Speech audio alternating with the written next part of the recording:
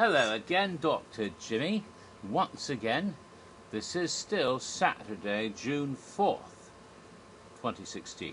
And so I'm still wearing the same steampunk shark Jaws in Steam t-shirt. So I don't have to show that off to you. Originally I was only going to do 3 videos today, but I decided to go ahead and do part 6 after all. And there's a reason for that, and I didn't want to forget what I forgot, because I forgot something in one of the previous seeding videos. I talked all about Gothic, and I thought I was done, but I forgot something most important about Gothic. I talked all about the gargoyles, goiling and gargling, around in and all of the lovely stuff, but I left out one of the more important characters in the whole thing, because it wasn't just gargoyles gorgling and gargling in that house.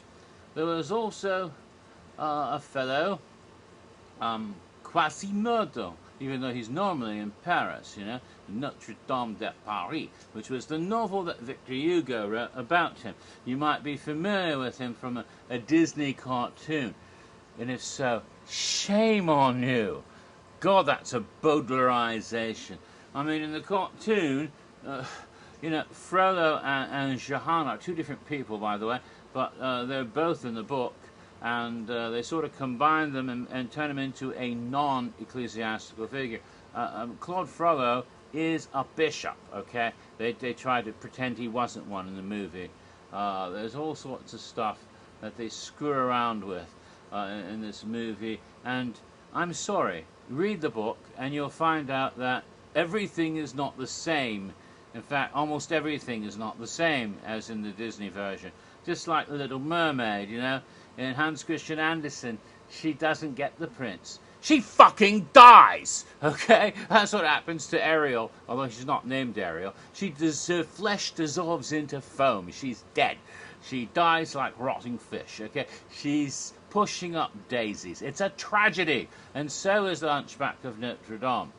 You know, the whole story starts out as they find these bodies in the cathedral. One is horribly deformed and one's a woman, and they seem to be in the same crypt. And how did this happen? And then it's all done in flashback about Esmeralda and Quasimodo and how they had horrible deaths.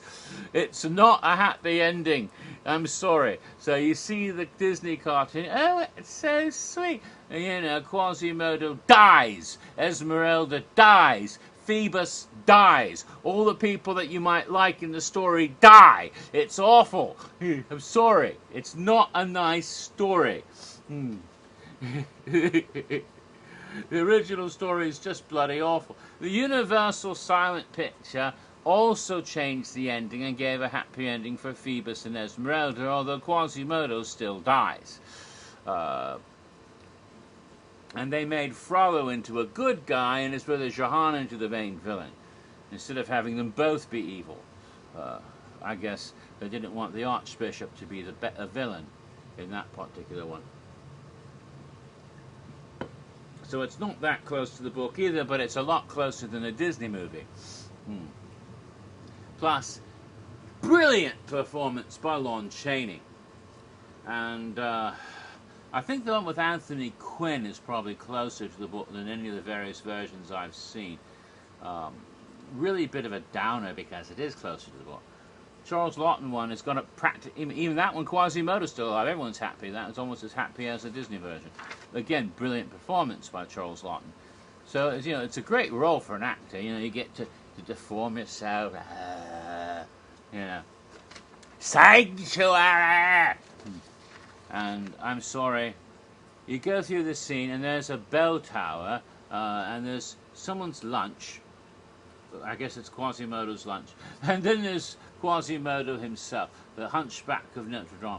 And why he's in Kerry, France, in this cathedral, I don't know. I guess he decided he wanted to get into a better cathedral than the one that he'd been in before. I'm assuming it's a ghost because this is 21st century France, and yet here he is, the Hunchback, showing up in this scene with a hood and his deformed face, ringing the bells are bong, bong, and there's bell cords you can pull on, but it doesn't actually do anything.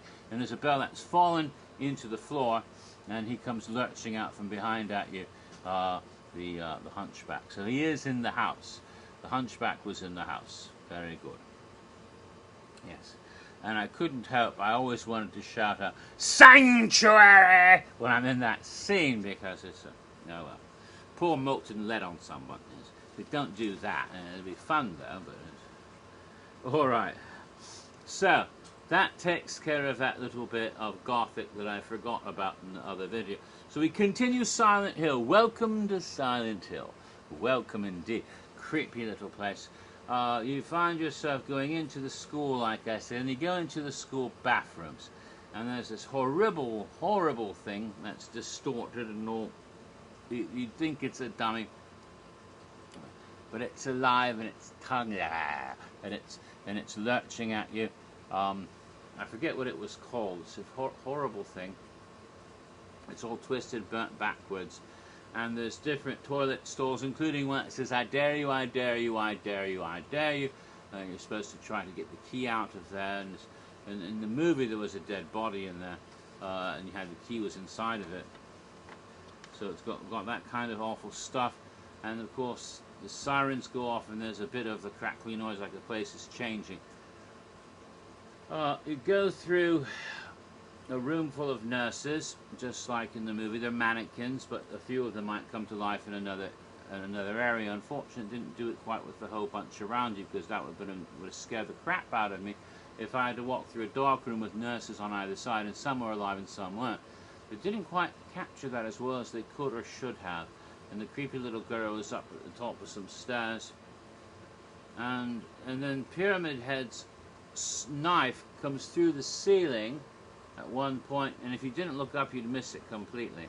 But they got this great big place where Pyramid himself is, and he's got one side, and he comes around, and it's like he goes through and goes around this way, and then when you go through to the other room, it's the same area, and then he comes back around here, and he's in really an enclosed space that he can't quite, not the same place the guests are. He's got his own little enclosed track, basically, because he's on stilts, and you don't want any guests tipping a stilt character over in a house, obviously. So it's kind of strange that they did it that way. But they got big buff guys playing Pyramid Head on stilts, and he towered over you. When he did appear, and of course he does reach out over his enclosed area to try to reach toward you, and it could be rather creepy there too, and intimidating. But you know, there were some limitations, and it was like on one side it was part of that town where the girl was up on the steps and the nurses, and on the other side of Pyramid Head's track is sort of a boiler room area, and again you have steam and other creatures popping out, and that weird sigil that's is there. It's kind of hard to describe it exactly. I've kind of lost some of the feel for the house, but it didn't quite gel for me. I like the individual scenes, I like the costumes, and a lot of times like, oh, look at that Pyramid Head, wow, it looks just like, that's pretty impressive. But is it scaring you? That's the thing. Not as much. And the best part was really near the end, where you go into dilapidated old carnival area, and you got lots of carnival toys and things. I think, you know, like those things that are full of toys, and the claw, right? And it's all full of those pink bunnies. And there's some stuff from other places, like one of Jack's, one of those blocks with the alphabet blocks on. It's gigantic, and it spells out Jack if you look at it, so it's got that name on it. And also like a carousel horse, things like that, these carnival pieces that are sort of falling apart. And if you go through that area, it's kind of creepy, and then after you get out of that, you think it's going to be the bunny, because you see the bunny down in front of you peeking out of a door, but that's a red herring, and there's actually one of those nurses or some other creature hiding behind a different alcove that's going to come out and scare you before you go out and scan your card. Okay, so welcome to Silent Hill again. The IP houses just weren't as strong as the originals. Love Gothic and Dead End. Silent Hill not so much, although I did like it, but it was not quite as spectacular. So let's see. So that's all the sound stages. So the fourth house would be the house in the disaster queue area. And what house was that then? You know, what was that house? Can't put my finger on. It was a house that is so. They only did it once, and it's so rare and strange. I can't. No, I'm lying. Walking Dead. Yes, the house that never goes away, coming back for a fifth time at a theme park near you. I feel like that Santa Gatto person when he sees someone really frickin' stupid on the internet, and he's like, he wants to hit his head on the wall, and he wants to go in the back corner of the room. This person's so stupid, it gave me diarrhea, or whatever it is he says. I love those videos. I all 9 parts of the stupid assholes on the internet and how dumbass they are, because I'm a nice person. I don't like insulting anyone, and I feel sorry for those mentally challenged, but sometimes laughing at stupid people makes me happy. Sorry. Schadenfreude, mein Freund. But getting back to it, The Walking Dead. And this is where it all started at Horror Nights, Halloween Horror Nights 22. The first Walking Dead house was called Walking Dead Dead Inside. And that's how you felt after 5 years of walking. You start to feel dead inside. Now anyway, the first house, of course we didn't know it would be coming back year after year after year. And The Walking Dead was a hit TV show, still is.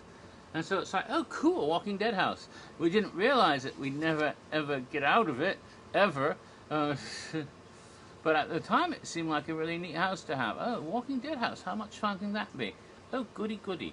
So, it was in the parade building, but the first drawback is they got the rights to do a house on The Walking Dead, but they didn't get the rights to use any of the freaking characters. No Rick, no Sheriff Rick, no Daryl Dixon, no Carl, whatever, or Andrea, Carol, or Tyrese, or any of the people that. I'm not even sure what year they came in. Were they on the show yet in the first 2 seasons? Was Tyrese season 3? I don't remember. There was a black guy in the early. They killed him off. Why is it they kill the black guys off every time they bring in a new black guy? They have to kill the old one off. You ever notice that? Is that right? You know, don't Black Lives Matter? Yeah, that sounds like a catchphrase on this show. You know, it's like, why do they keep doing that? It's become a cliche already. It's not like we haven't noticed you. Yeah. Naughty Walking Dead show. And of course Glenn and Maggie and Herschel and all the other happy people, because we did get to the farm in the second season. So the house, of course, featured the first 2 seasons of The Walking Dead, which of course had aired in October beginning. The first season started in 2011, remember? In October of 2011 on AMC. And this, no, am I wrong? I think I'm wrong. No, the first season would have been in the year 2010, and the second one in 2011, because they had completed. Right, the third season started in 2012. Right, that's right. The third season started 2012, the same time as the event of Halloween Horror Nights 22. So the season that had been the fall of 2010 to the spring of 2011, the first season, and the season that had started in the fall of 2011 ended the spring of 2012. Those 2 preceding seasons. Those are the ones that did the house on, obviously. The first 2 seasons, right. So those 2 seasons were represented in the house, but none of the characters could be there. Only the zombies could be there. That's why it's zombie after zombie after zombie after zombie, year after year after year after year after year. Ugh. That's why I get so tired of it.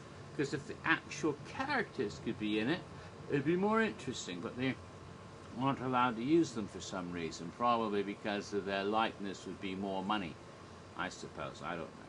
So you go in that one. It goes into the queue area, and there's a nice sort of video about The Walking Dead, of course, up there as you go to the queue area. But as you go up, it's supposed to be the hospital. and there's like an ambulance, and there's a girl in the pink sweater with a teddy bear girl, I think she's called, wearing the bunny slippers, and she's walking around. That's one of the more famous zombies, staggering around outside. You find yourself in the gift shop of the hospital, and there's all the bunny slippers are on sale. How fun. And there's zombies trying to get in the windows behind you. And then you go into the hospital, and there is something going on with a doctor and a gurney, and it's awful. And there's the elevator, and it's open, and it's stuck, and his body's inside, and it's all rather horrific. And the big doors that with the famous words, "Don't dead open inside." Now, what the hell does that mean? Don't dead open inside. It's very peculiar. Oh, don't open dead inside. It's on the two doors. It's trying to. It's chained up, and the hands are trying to get through. Now, here's the thing. One of my greatest scares in the entire frickin' history of Horror Nights occurred at this point.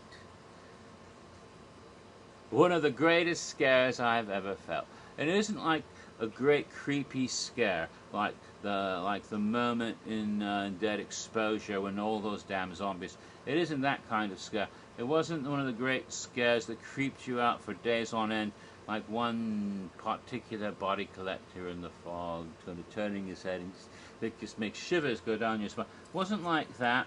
It wasn't like Captain Howdy popping up in Brian Brushwood and giving me a good turn, or even a more recent magnificent scare, perhaps the scariest moment ever at Halloween Horror Nights, which was last year during Legendary Truth. And I'm not even sure I can talk about it even still. Let's just say that when I see a certain shape in the dark, sort of hunched over, it can really give me the willies even now, and I always want to, don't even blink. It's still coming after you. It's something there. That was a great moment in that whole Legendary Truth thing you did at the end of the event last year, and I'm not even sure you can still talk about it now. But that kind of looks like it. That is sort of a shape. But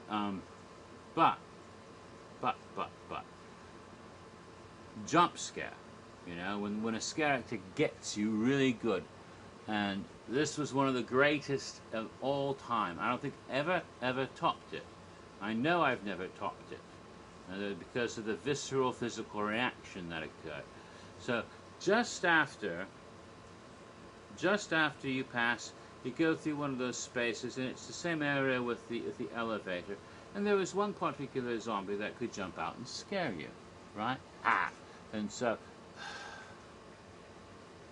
motherfucker, I was so busy looking at the thing with the hands in the door, the don't open dead inside doors. I was so busy looking at that and trying to catch little details on one particular walkthrough. I'd gone through the house a couple of times, that I totally forgot there was a zombie in this area.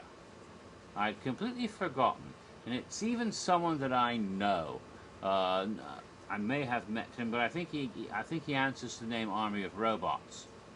At least on the forum he does. And that makes it worse. And I'm looking at that and checking it out, and then I'm turning to go next to him, and in my face is the zombie. Right there.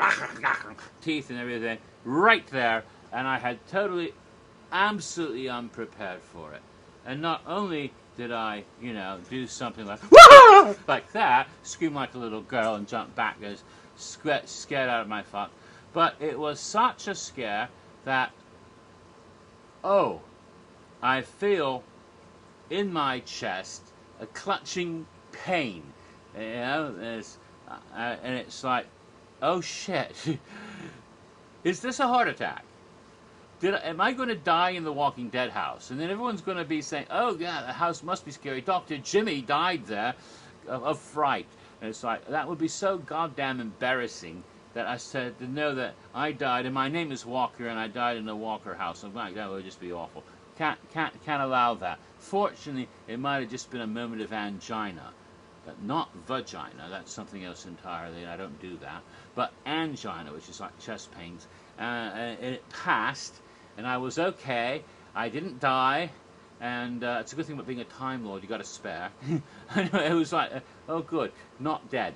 So I survived that, but it's probably one of the biggest scares I've ever got. And it's in a frickin' Walking Dead house, the first one. So it can scare you. Actually, I think I got the chronology wrong. I think that part of the hospital was before the gift shop, and then you went to the gift shop after that.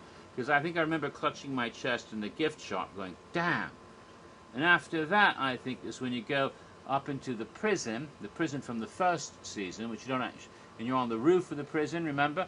And you're like looking down, and there's like Merle's hand, because they sold it all, you know, and the handcuff. You don't see Merle, but you do see his hand.